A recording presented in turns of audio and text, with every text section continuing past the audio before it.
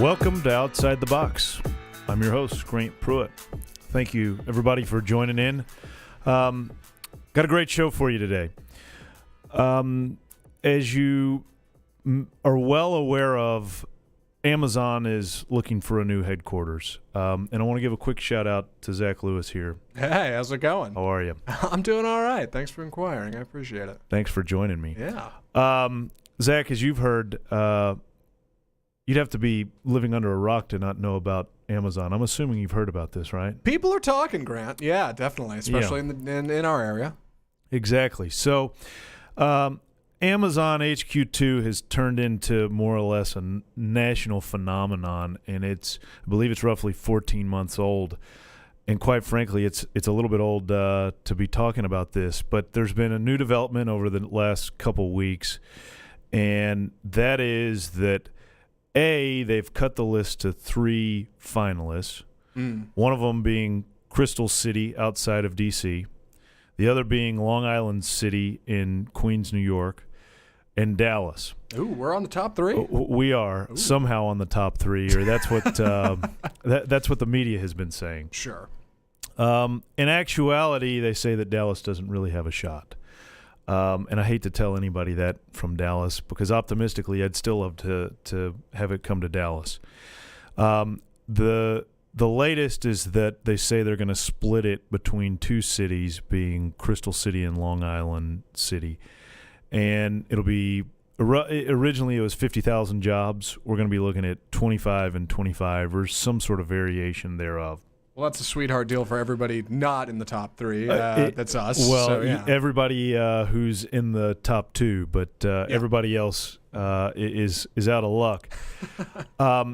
The questions that I get and other people in my industry seem to get are, okay, so if we don't get Amazon, what does that mean? Are we a dead duck? How are we going to be able to survive or recover with no Amazon? Well, surely you tell those people, yes, of course. Right. Well, first of all, there's a couple of things. Number one, we've made it thus far without Amazon. We have a huge presence. People don't realize we have a huge presence with Amazon. They're a huge industrial user, and they're a very large office user, literally across the freeway from us. So we sit very close to where their DFW presence is, at least one of them. And what I tell people is, time and time again, that it's not the end of the world if Amazon doesn't come here. In many ways, it can be more of a curse than it is a blessing. If you ended up with 50,000 new jobs, you got to think if it's 2 spouses and 2 kids, that's 200,000 people that are coming to your city. That's going to be a lot of people that come there. And for a big city like DFW, I think that we could absorb that. It wouldn't kill us. But especially for a smaller city, it's going to turn into Amazonville. In fact, some of the cities that were vying for it were proposing changing their names, oddly enough. Oh, wow. But the thing that I want to tell people is that if we don't end up with Amazon, it's not the end of the world. Here's what we got going for us. Number one, we're creating 300 new jobs a day. Number two, this isn't the only relocation that's out there. Let's just talk about some of the previous relocations that we've had over the last, call it 5 years. We've had Toyota for 2.1 million square feet. Big from Torrance. And how? Exactly. We've had State Farm, who's consolidated and added to their square footage for 2.1 million square feet. So right there, that's 4.2 million square feet. We've had J.P. Morgan, which is 1.4 million square feet. We had Liberty Mutual for 1.1 million square feet.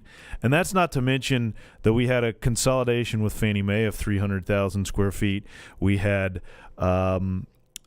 NTT Data, who has since expanded their presence here in DFW. And the list goes on and on and on of companies that are willing, ready, and able and wanting to relocate to DFW. Many of them from California, trying to escape higher taxes. And what I tell people is, if we don't get Amazon, that's okay. It clearly wasn't meant to be.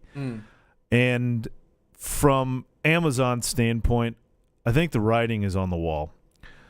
I think there has to be a presence for them in DC in some way, shape, or form. Right. If they don't have a DC presence, they're playing with fire.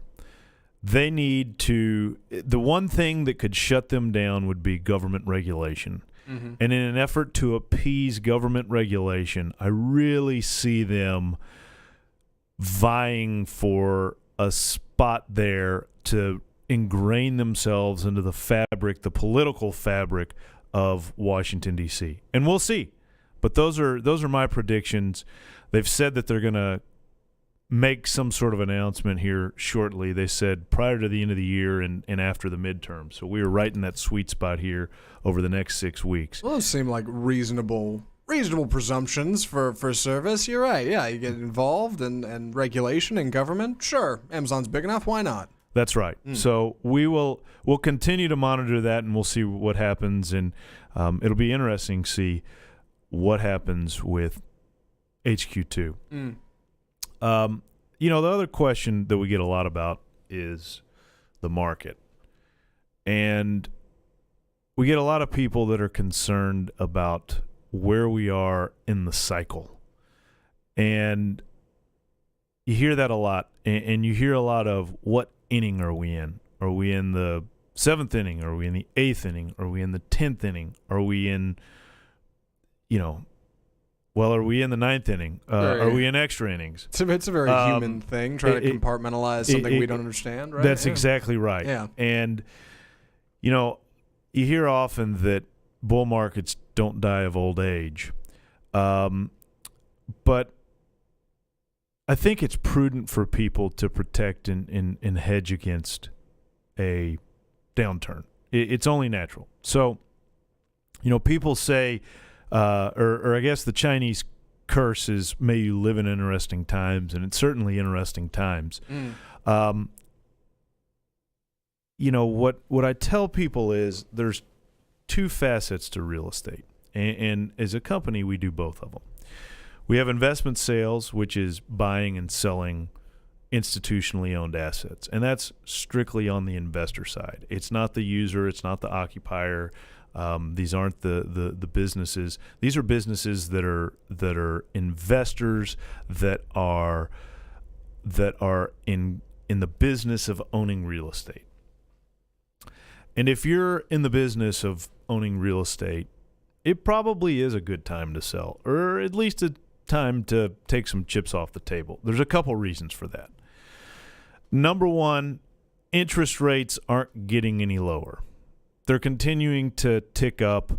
The Federal Reserve continues to be very adamant about their desire to continue to increase interest rates. And that spread gets passed on to the consumer, and when borrowing money makes it more expensive to borrow money.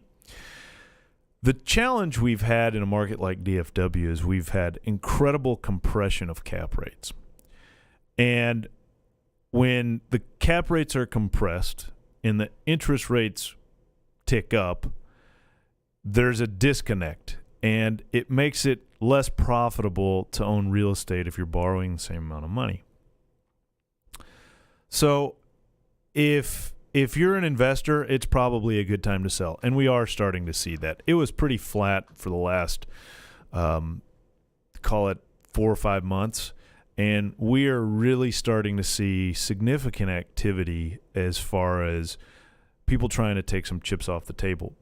But it doesn't mean that it's a bad time to buy. It just means that there's a transition. There's more available product that's out there. There's more people that are bringing product to market to take chips off the table. So I see that as a real positive, because you can't make money on real estate without being invested in real estate. And I'm going to share with you a couple stats here. So granted, these are not even going to the end of this year, and I know I've shared these on this show before, but if you look at from the 2007 peak to the end of December 2016. So it's ticked up for the last 2 years past that. If you were invested in real estate and you bought at the peak, you're up 23%. And that's for apartment, retail, industrial, and CBD office product. If you bought apartments at the peak, you made 52%. If you bought industrial, you only made 14%.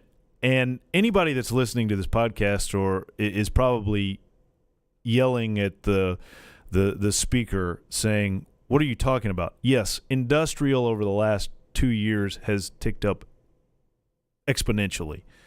And you have outperformed this 14% by a landslide just because of demand and compression of cap rates, especially in a market like DFW. So it's up well beyond that 14%. If you invested in CBD office at the peak, you're up 50% to the end of 2016. Now that's saying you bought at the least opportune time. You're still up. And retail was the only one at this point in time that was lagging, and you were only down 1%. Well, I got news for you. 2 years later, you're up on that. And so if you invested at the peak, you still made money. And you made considerable money at 23%. It's much greater than that at this point. And it really comes back to a point that Warren Buffett makes. Ooh, Warren Buffett. Warren Buffett.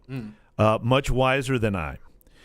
And he's made the comment before that the number one mistake to avoid is trying to time the market. And I say this to people quite a lot and say, if you're buying a good asset, it's like buying a good stock or buying a good company. There's not really a poor time to buy it as long as you're a long-term investor.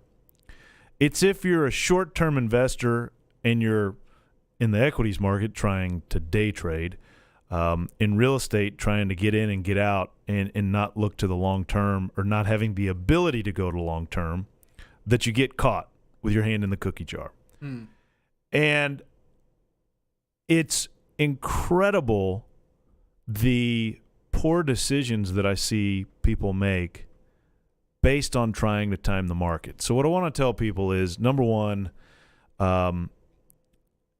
if you're invested in real estate, don't panic. Hopefully you have the ability to go long term. If you don't, you probably want to get out now. Right. But for the rest of the people investing in the market, if it's a good asset, it's a core asset, and it's going to do well, there's not really a bad time to buy it. You can continue to try to time the market, and you're not going to be able to time it. If I knew how the market was going to react, I would never have to work anymore. It's a if you can't stand the heat, stay out of the kitchen. That's scenario. right. Yeah. That's right. And the other thing that I'll say, and this is just a word of advice, there's exceptions to the rule, but I get people that ask me a lot that say, well, should I buy real estate? And I ask them this question: are you in the business of owning real estate? And everybody looks at me like that's a stupid question. And it's not.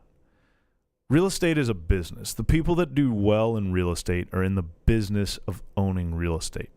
From the user side, so from the tenant, the corporations that occupy these, and this is a complete generalization, and there's many exceptions to the rule, and if anyone has a question whether or not they're an exception to the rule, I think they know how to get a hold of me so they can do that. But as a general rule of thumb, if you are not in the business of owning real estate, you probably shouldn't be owning real estate. You have to go into it saying, I want to own this real estate. So I get this from corporations quite a lot, and they say, well, I'm thinking about buying a building. Do you think I should buy a building because then I'll have this asset on my hands if I ever sell my business? And I always caution them when they say that. And the reason that I caution them is it makes sense to own real estate if you're in the business of owning real estate. If you're in the business of making widgets, then you probably should put your money towards making widgets and growing your business making widgets, not owning real estate. It ties up cash, number one. Number two, people oftentimes don't think about all of the maintenance, the operations that comes with it. We're in a beautiful office building here. We're in Lincoln Center in one of the finest complexes in DFW. When the toilet breaks, you just call maintenance, and maintenance comes and fixes the toilet. When the toilet breaks in your building and it's overflowing, it's your problem, and you have to figure out how to fix it. And oftentimes, companies aren't set up to do that themselves, or they don't want to do it themselves. It typically makes sense to own real estate if it's a location that you can't replicate. So I have a client that had a location in Austin, and they were in a warehouse at a warehouse rate, and lo and behold, coming out of the recession, they start putting up high-rise hotels, office buildings, and condos nearby. And land prices jump. We're paying like $4 a foot net, and land prices go from, I don't know, probably $10, $12 to $100. And so the landlord comes to us and says, all right, we're going to jack up your rent considerably. And there's not a whole lot that we can do at that point. We had a renewal option. We tried to leverage as low of a deal as we possibly could, but it's really, really difficult because everything around there is going for much more money. That's probably a location that if we had the forethought or the resources, we should have looked at buying. I mentioned if you are in the business of owning real estate, you should do that.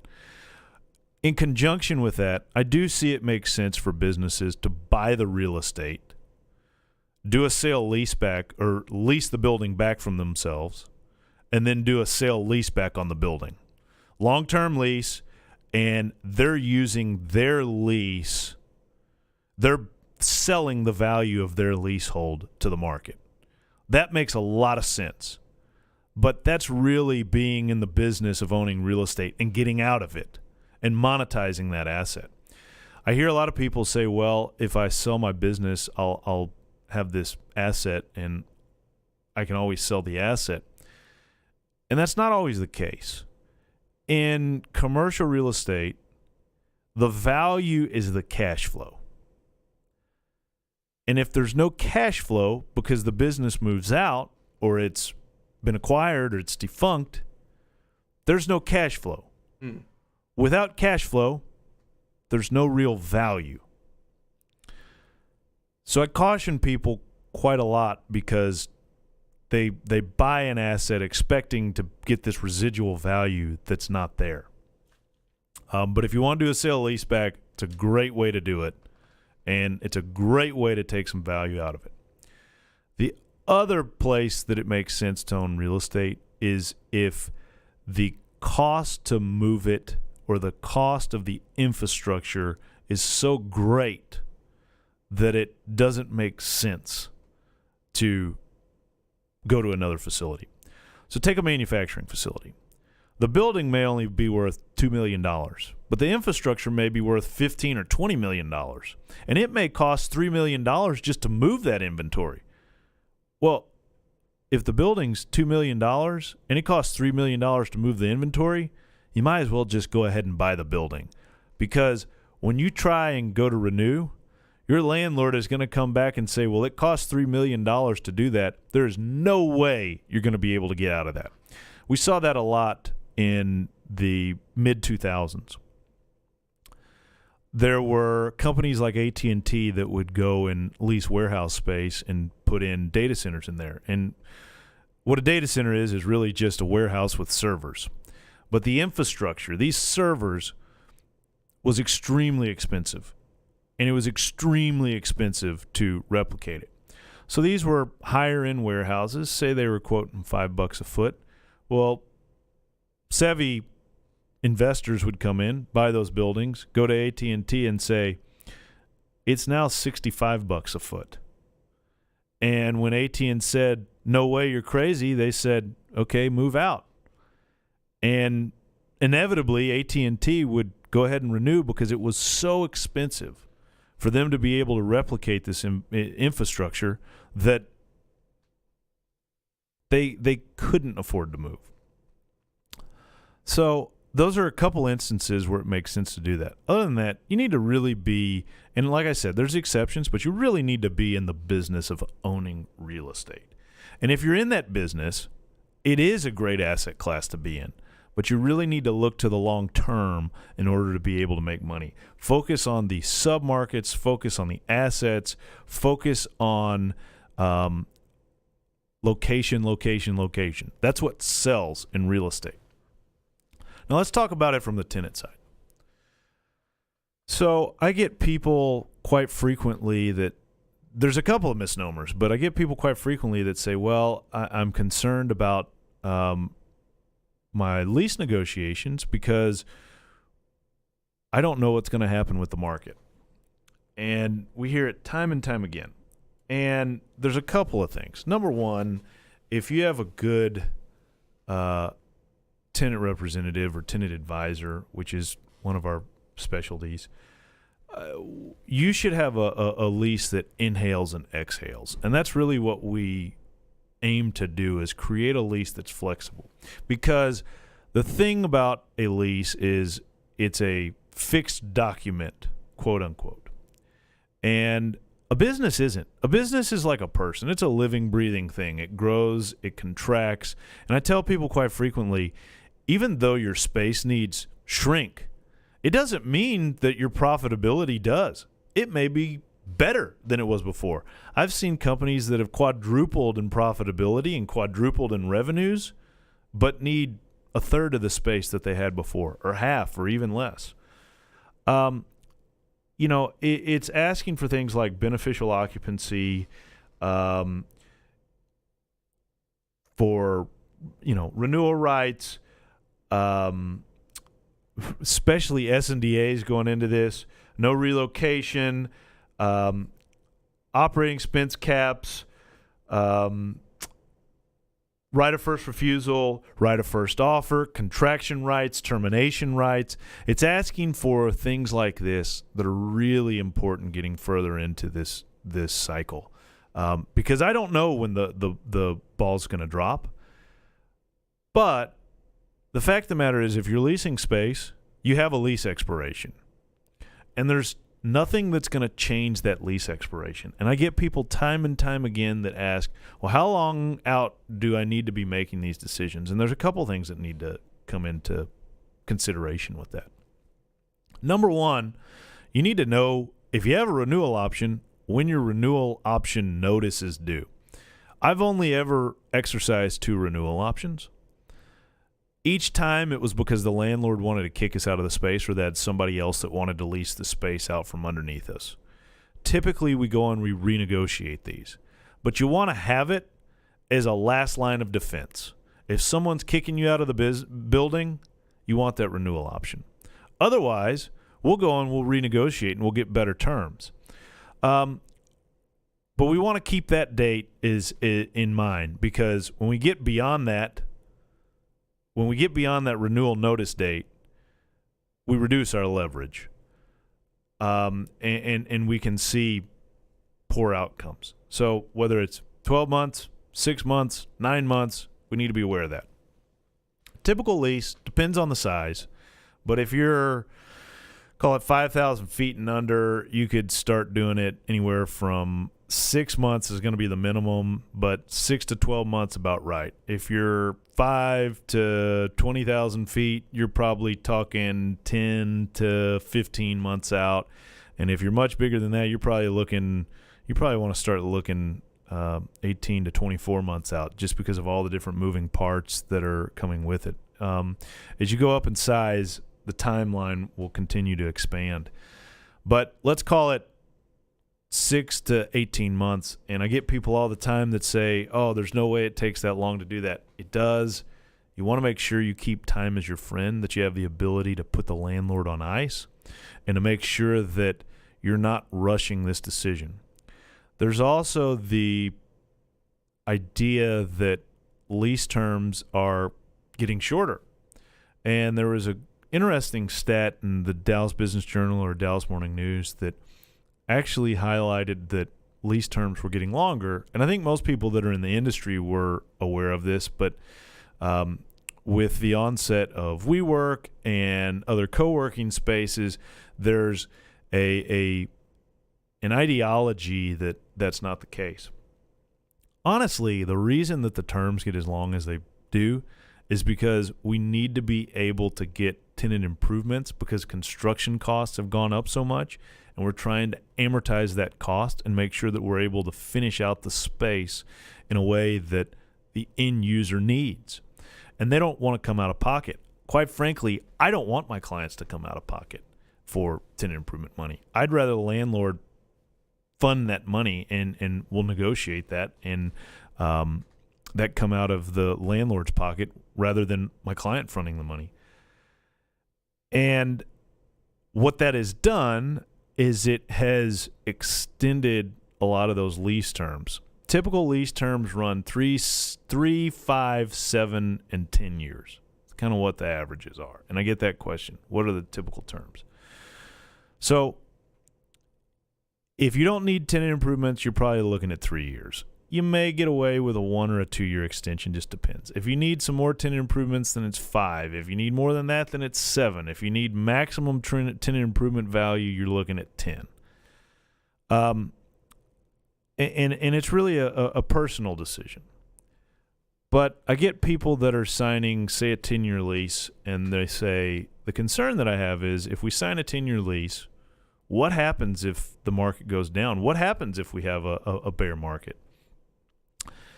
And what I tell them is, number one, hopefully the forethought on the front end has been there with making sure that you have this flexible leasehold that has all these options in there, like contraction options and termination options and renewal options, expansion options, rights of first refusal.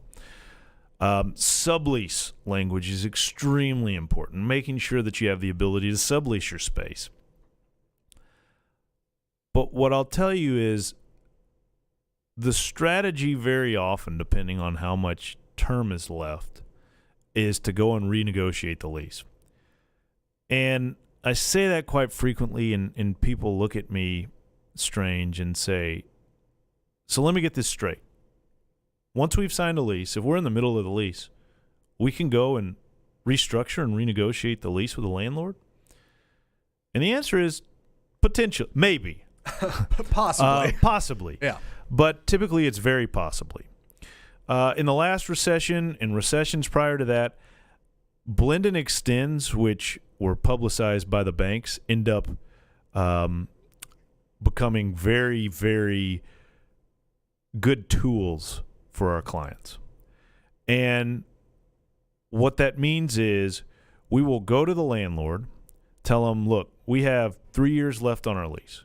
We'll give you 7 years more of term.